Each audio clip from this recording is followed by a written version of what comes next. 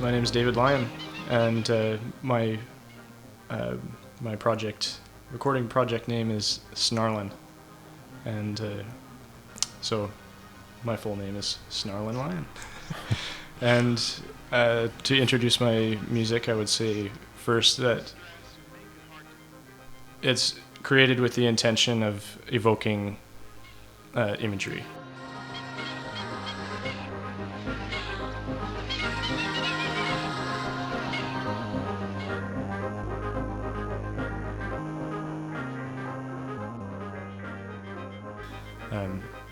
So probably when you listen to my music, it might be difficult to picture something that you might see when you're walking down the street.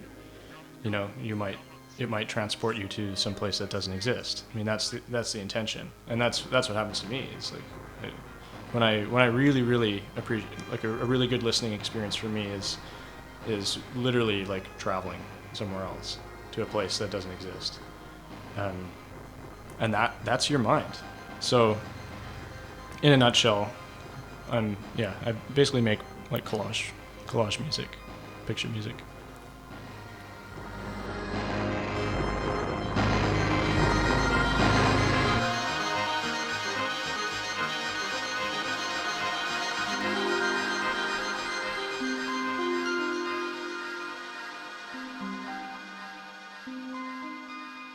What was the first instrument you learned how to play?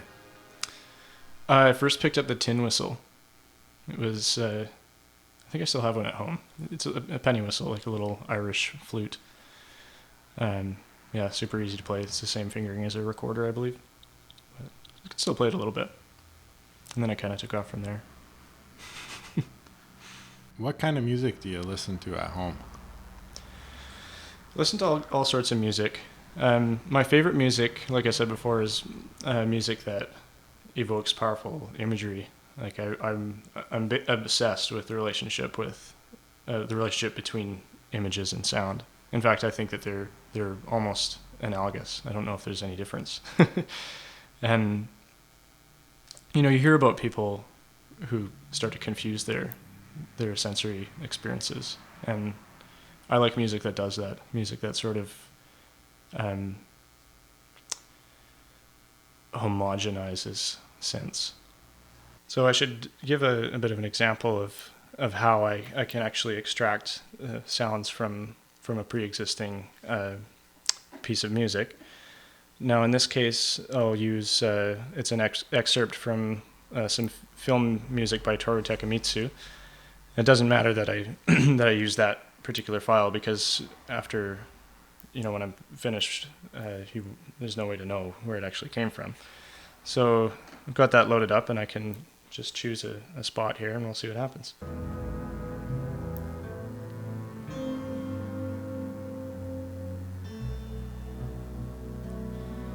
So the original pitch of that sound is probably it's probably here. This is what it really sounds like. But using this MIDI controller, I can choose to pitch it down, so it becomes something a little different when I play it like this. Right? It's kind of dark and more textural, right?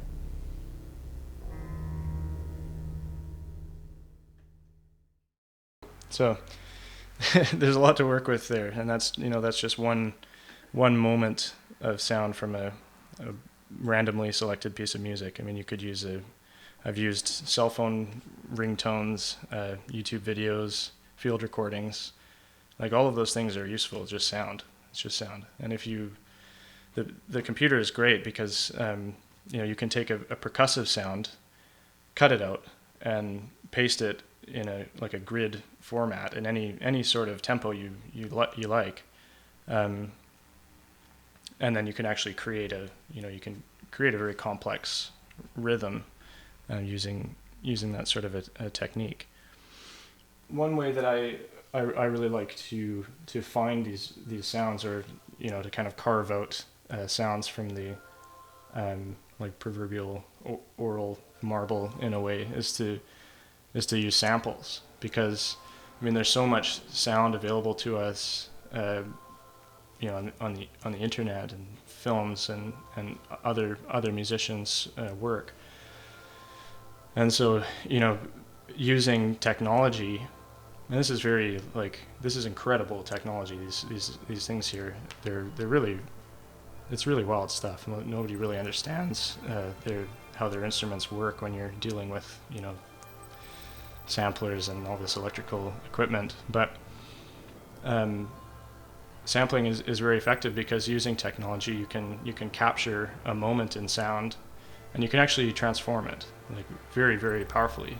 And I think the more you kind of add onto it, and the more effects you use, and the more interesting ways of manipulating it, the more you manipulate it, the more different it becomes, and it becomes a sound that has no context at all. There's no way really to associate those sounds with something that you've seen before in the world. So in effect, your brain has the power to conjure up these images of things that actually don't exist. And I mean that's why I love sampling, because it really is it's a sort of a way of creating an alien world.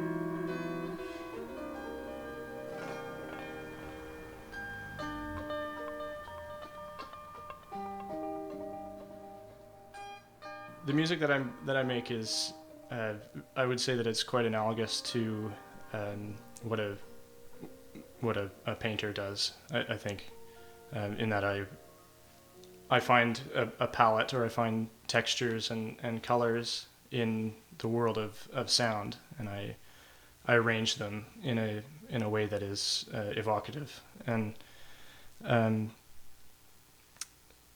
I really enjoyed the song "Video Killed the Radio Star." It was the very first song to ever, or the very first music video to ever appear on television.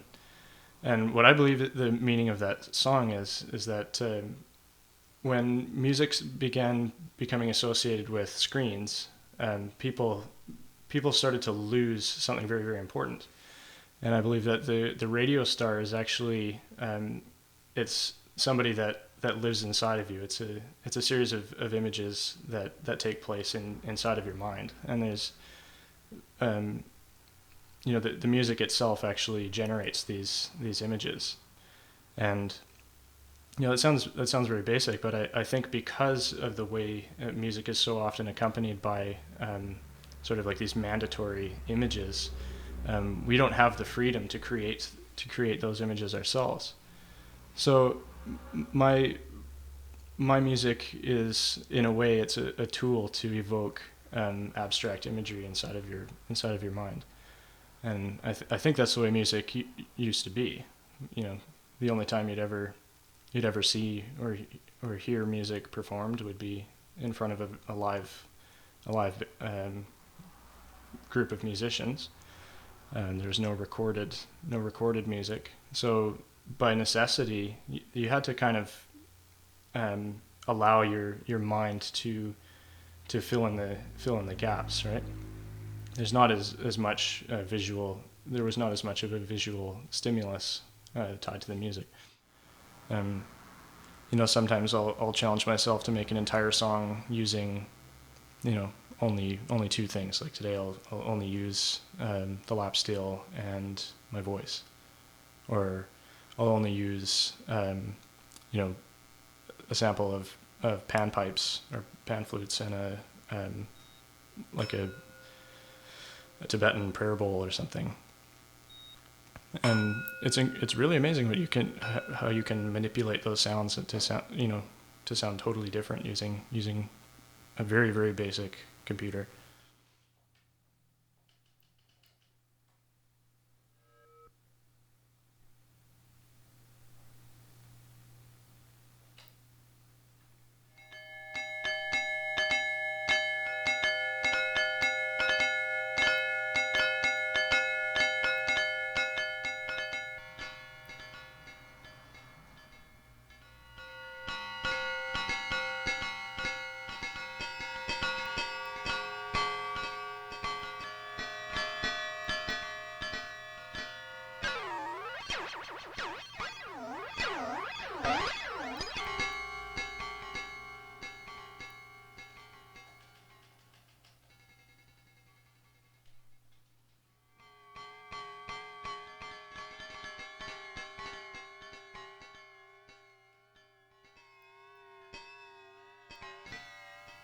Can you tell us about your latest album? Absolutely. Um, those songs were actually kind of a compilation of the past year and a half. It was about a span of 15 months or something that those songs were recorded over. And I hadn't originally intended on releasing any of those because I thought they were garbage. Like I didn't like any of them, and I was sort of waiting to make like a serious record. And then I went on this trip to Scotland, and I just had this really strange experience where, like, I do tend to listen to my music quite a bit, and I just put in headphones and like lied back, and I was in a room with my grandfather, and he's quite a character. But anyways, I was sharing a hotel room with him, and so I had to escape, and so I put on headphones and I listened to my own music, and there's something really weird about, I don't know if it was because I was like in sort of like the origin of my bloodline, because I'm Scottish by heritage, but yeah, it was like a transformative experience, and I realized like these songs are actually good. Like I like them, and I think they have a purpose. So I did a bunch of like field recordings and things in Scotland, and brought them back and made a couple new songs and added those to the list to kind of like cap it off, and then just arranged it in a way that I thought made sense, and that's about it. But I mean, I think Scotland had a huge influence on it. I mean, the title of the album is Orcadian Time Machine, and the Orkney Islands are just littered with prehistoric monuments and like astronomical observatories, and giant stones that have been erected thousands of years ago. And this is where I was hanging out, and these places had an incredibly profound impact on me, just thinking about these intelligent beings thousands of years ago. Their world was so much different, and the way that their like priorities, and there is so much effort into building this like these monuments devoted to like observing changes in celestial bodies and things. So I kind of pictured myself in a way like being transported through time into into this place, like among these stones. And I kind of like pictured myself, maybe sort of sharing a part of that experience that they had building it, right? So that's the time machine. Is that maybe I've arrived here from the past, and maybe I worked on those stones and I put them there. Can you tell us a bit about the instruments you're using? There are a lot of different instruments on that record.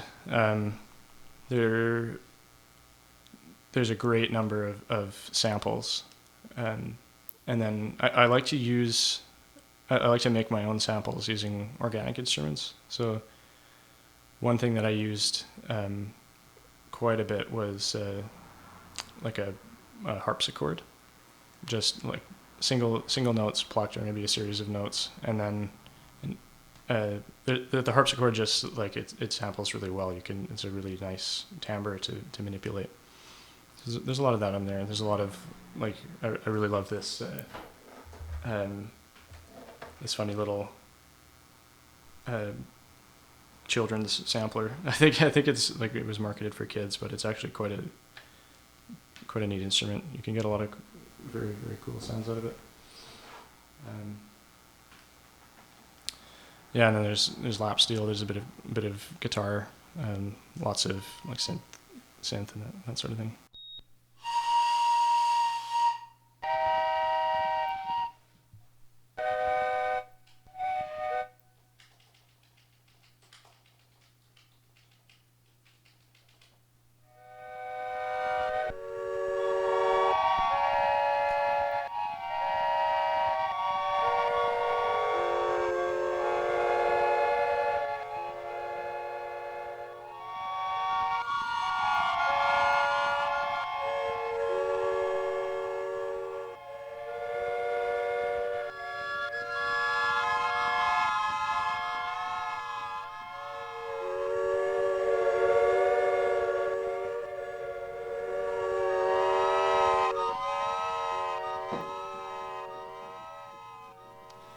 My music is on Bandcamp.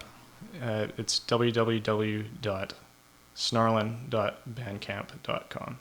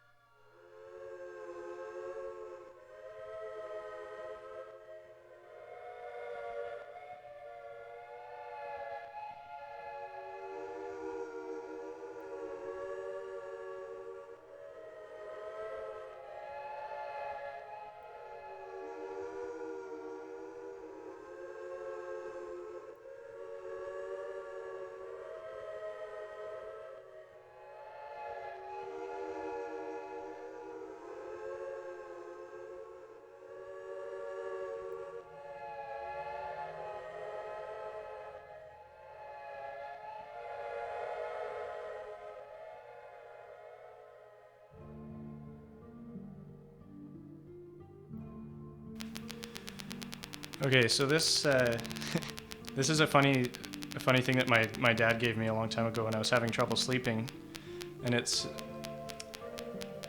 a device that monitors your heart rate using diodes, and it translates that signal into a square wave. So you can hear it clicking. It's just like a really basic square wave. But the interesting thing is that you can control it by basically controlling your anxiety level, or if you meditate and you relax, it slows down. But if something stresses you out, it'll speed up. So